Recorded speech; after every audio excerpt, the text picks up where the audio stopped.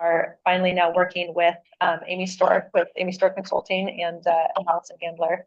I'll let them introduce themselves a little more, but we have some regional forest and fire capacity program funding from Sierra Nevada Conservancy for capacity building activities, and they'll get into that a little bit more. But basically, we'll be revisiting Fire Safe Council Memorandum of Understanding with all of our partners here, looking at strategic planning and really just answering that question of what and who is the Fire Safe Council, not only as we are a 501c3 nonprofit organization, but also as a group of partner agencies who show up here and collaborate and work together toward wildfire resilience here in the Yuba foothills. So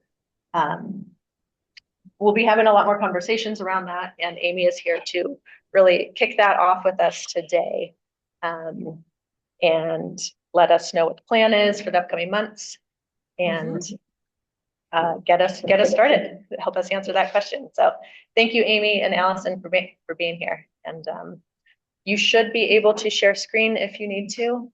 Let us know. I will do that. Awesome. Okay.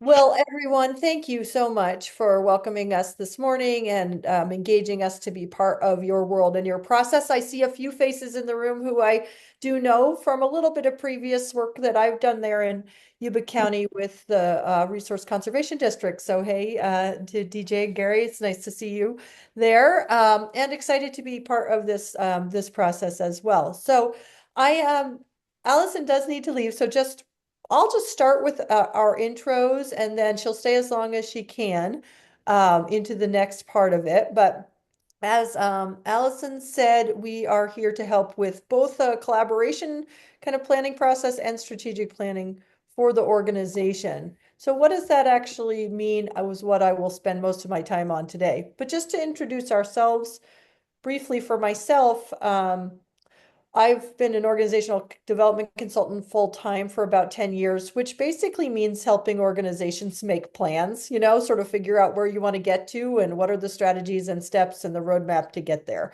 So I do that work with a wide variety of organizations. A lot of them are related to conservation, others natural resources, recreation and trails. So a lot of the work is like people using the land or relating to the land, and a lot of the work is nonprofits and community groups and community members and how they relate to state and federal agencies. So a lot of this is kind of the themes that come up in my work, is helping folks who cross those boundaries make plans together. So one area where I've been really privileged to work is with many conservation districts across California over the last 10 years, resource conservation districts. And so through that work, I have become familiar with a lot of what's been happening in California around wildfire, forest health, and resilience work. So I have worked in not in your neighborhood right there a little bit, and then also quite a lot like with the Placer RCD, a number of RCDs over on closer to the coast, Mendocino, just letting you know that sort of while I'm not your neighbor, I am kind of familiar with the general kind of landscape of how resilience planning and implementation is working in California, and sort of general dynamics there. So I'm really excited to be here to help with this part of the process. And now I'll turn it over to Allison Handler, my colleague, who will also be part of our work here together. Thanks, Amy. Hi, everybody. Allison here. As you can see from my bio, I'm a recovered land use planner.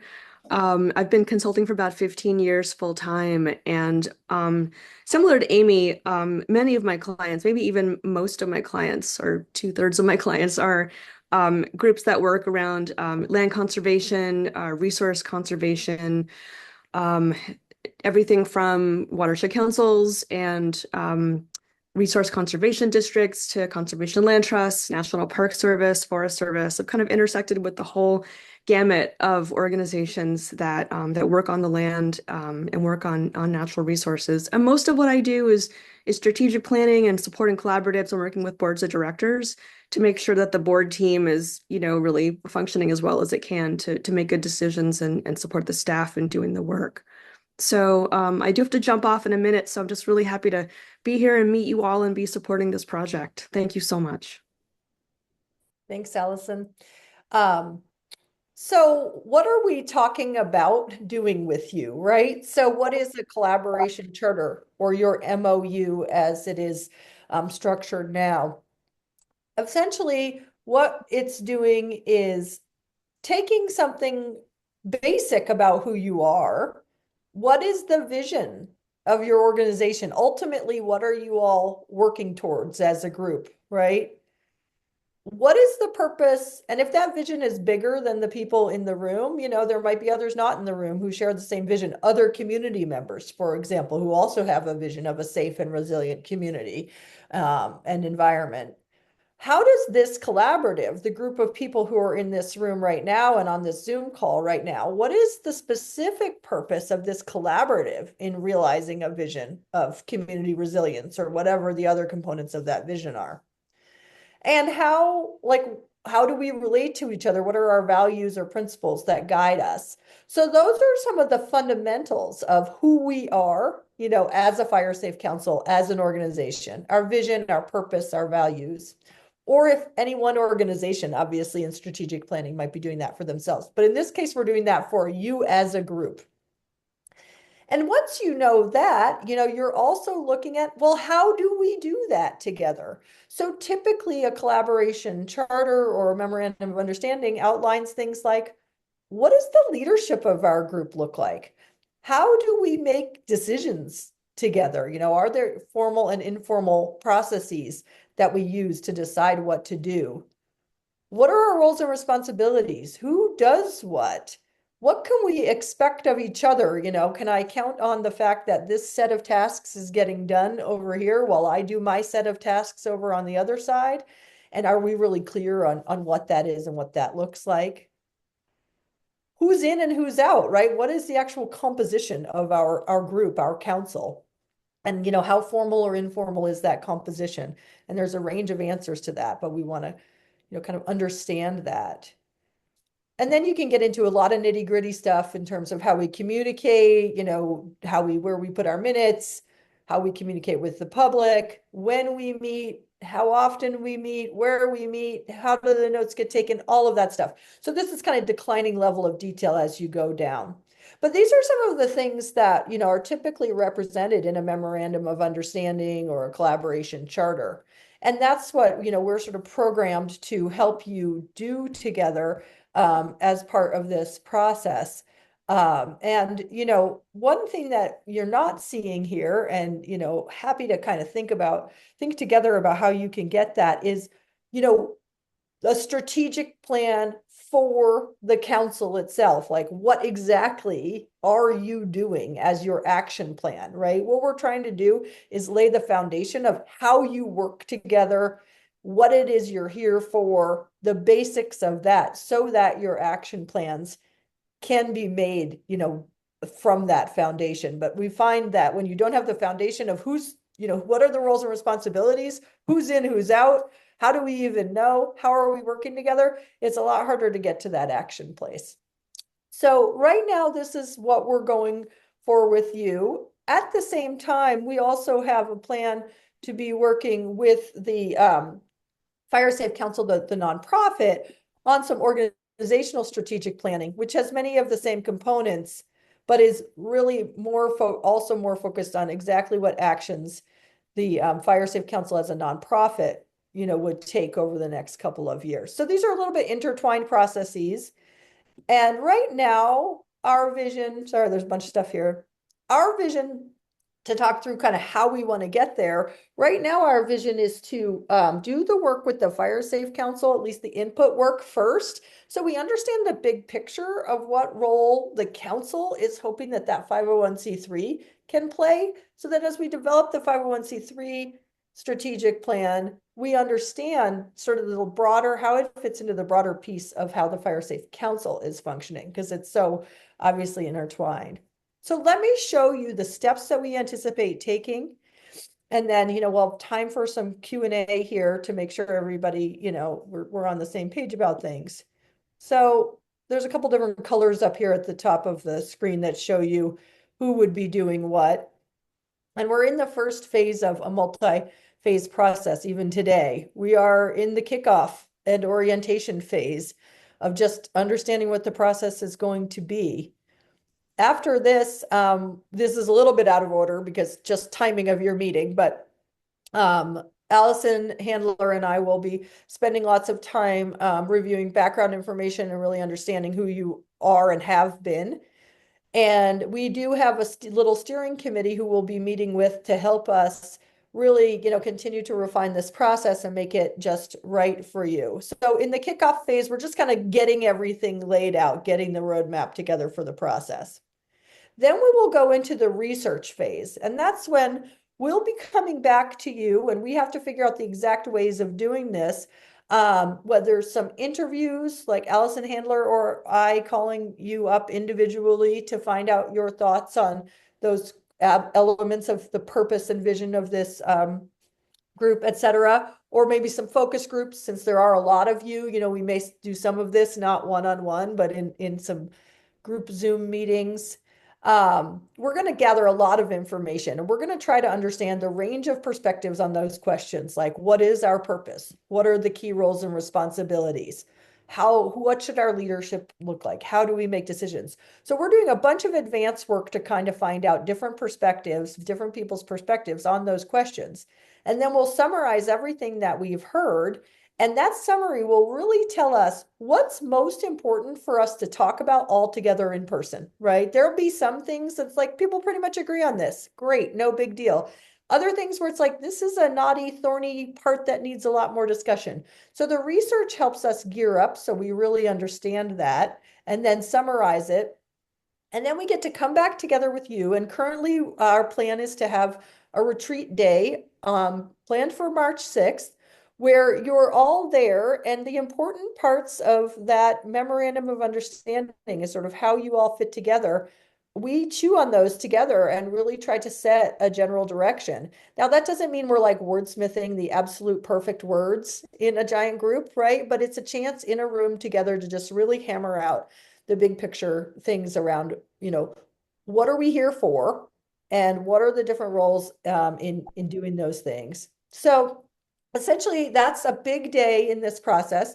And then coming out of that, Allison and I will create a draft memorandum of understanding, and we'll start going back and forth with you on it and give you lots of opportunities for input and comments and revisions and things like that.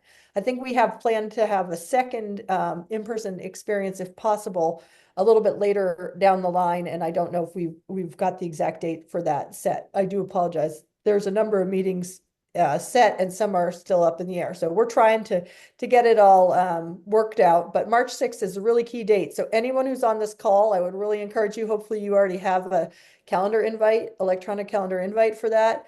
But if not, if you could reserve that day on your calendar for us, I think we'll be working out the exact hours soon, but love to have you be part of that in-person discussion. With the strategic plan direction document for the Fire Safe Council 501c3, we also have a retreat date planned for that in April. That'll be a full day with the board and staff of the organization. And then a series of follow-up steps to get that strategic plan to final. So we're kind of walking this parallel path with these two things, and they will be interacting.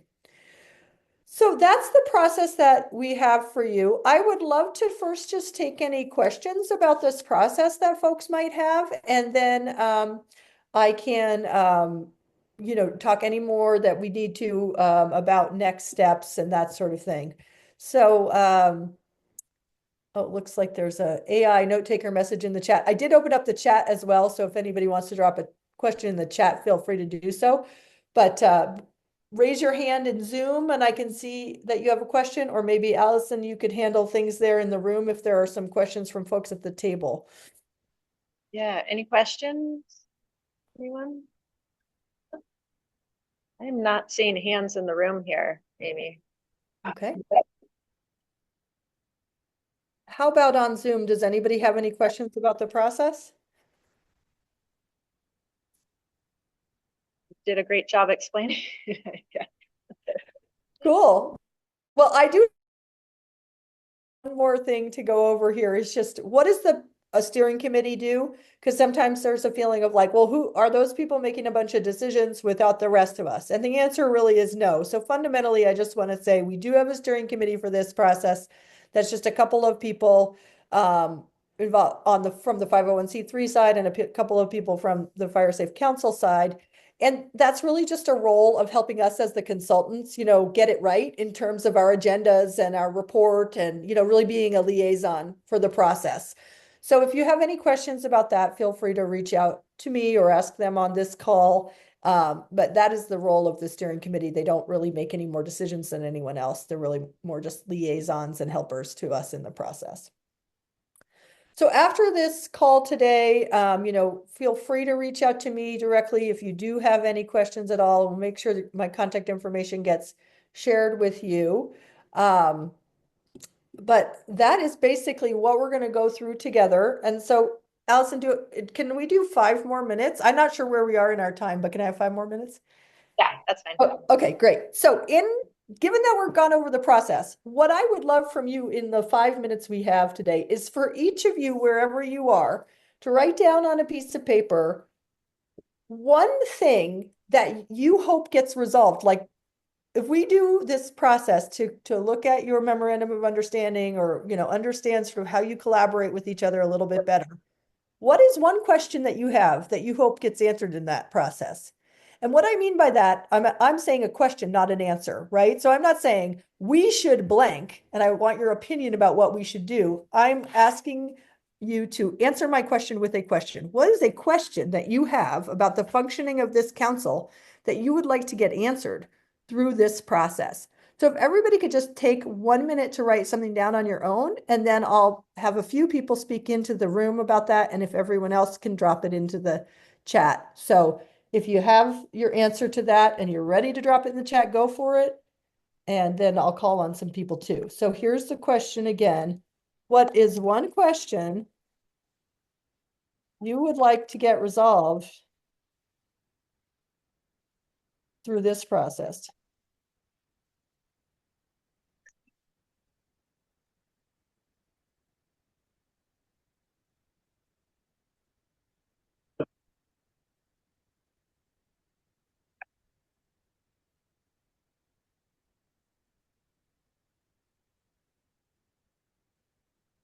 I'm going to give just 30 more seconds so everyone can think of something.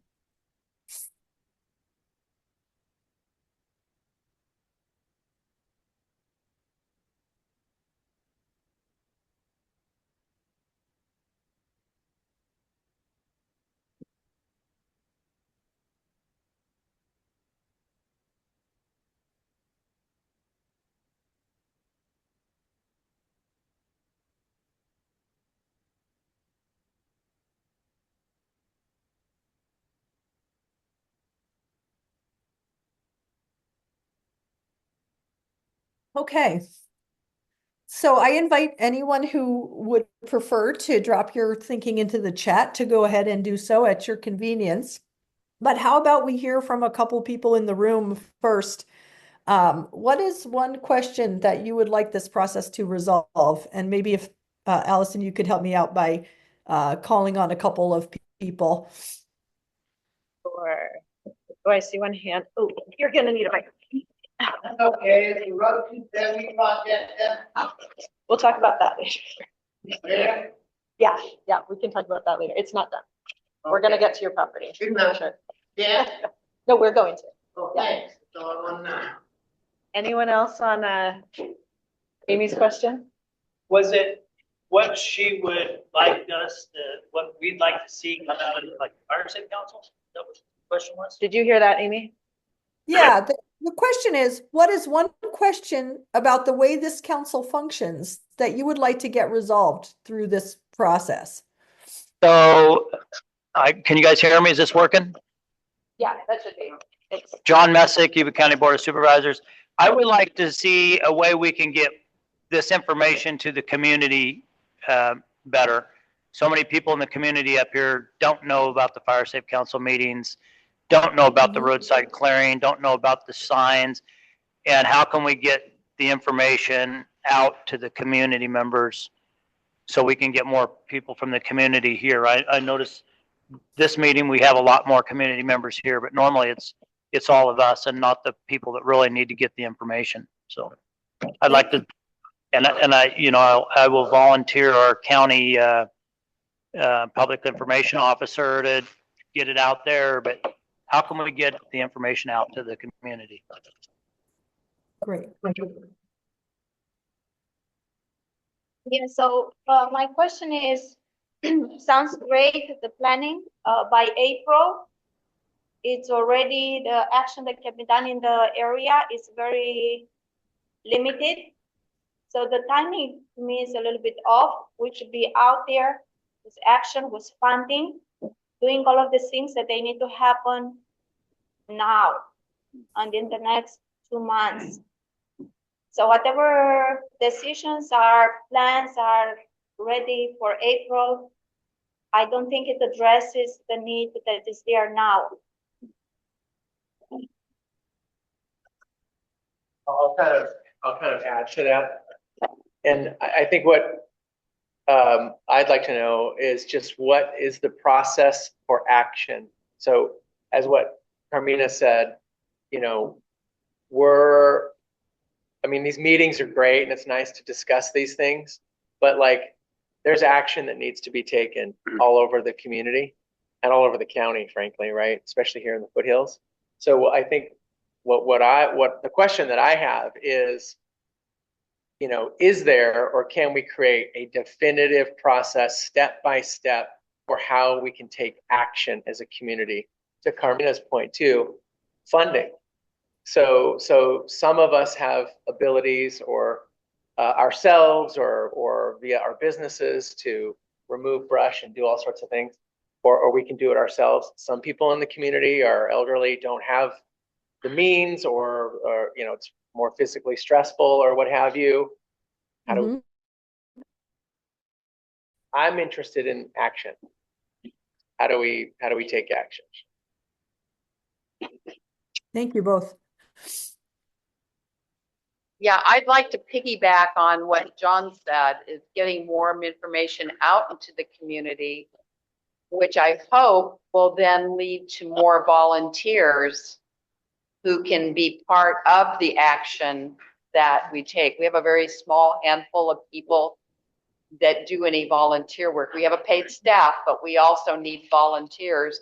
And I think the better communication out into the community could help facilitate that if people can find even just a small little niche where they could be involved. And so that would be kind of a secondary effect to that communication line. Thank you. Yeah, go ahead. So the question then is, what expertise do you have to help us draw out the barriers that are keeping our community members from joining us? Does that make sense? Mm-hmm. Yeah. Thank you. I mean, at this point, what we are coming to you as is planning consultants, right? I actually do have a background in marketing and communications, but that for this process, I think what we have to, I'm taking your question maybe less as what is our specific expertise around this, but, how can we as a group draw out those barriers that are keeping people from engaging? So yeah, thank you for that. Go ahead. I think, yeah. Julian, so following on from Mina and Tommy, is that right? Yeah. Yes, I would like to see the community more involved in what they see needs to be done. That their input is very important because after all, it's the people that are living here. And after that input, it will be very good, I think, to exercise a kind of prioritization of what needs to be done. And I don't know if that's built into the Fire Safety Council's thinking, but I feel that it's needed. Because that will help the people in the community understand, okay, we have a whole list of action items and some are much more important than others. And it would be good to see that as an approach. Thank you. Yeah, I'd like to add a question there is, I'm curious how some of these projects are being shared spatially so that different partners, whether it's federal, private, lands can tie in our work together to make an effective deal break across different ownership. So it's nice to be able to see where other people are doing work. What I've noticed is that there are a lot of separate little organizations like the fire district, the RCD, and this, and the CDF, and the Yuba Water Agency, and we come here once a month or whenever, but we don't coordinate well together, on in between times. We don't have a communication network set up, and I think that could help a lot in getting all working together on the same page. And something I've seen happening, and the Fire Safe Council could be the center of that, to reach out and get the different organizations directly involved or in contact with each other.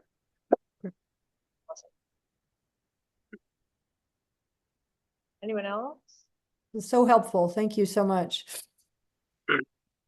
I see someone on Zoom here, Allison. Yeah, James. Hi, good morning.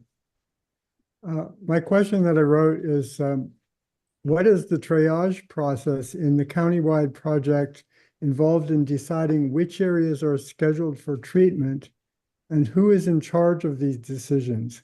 Can we have their contact information? Is it appropriate to contact them with requests vis-a-vis our particular neighborhood needs? Thank you. Great.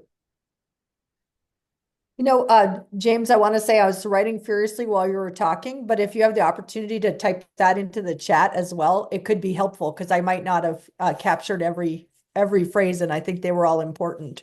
If you wouldn't mind. Okay, as soon as I figure out how to do that. Oh, okay.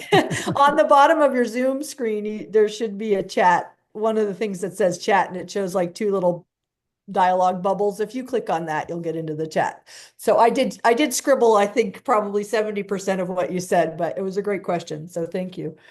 All right. Anyone else in the room or on Zoom? This is great fodder for our steering committee to help work on our process together. We want to get something useful for you. I just really want to be clear about that. That one of the principles that Allison Handler and I follow as consultants is, we get in and we think we know what you need based on not very much information when we write the original proposal, and we're getting a lot more information now.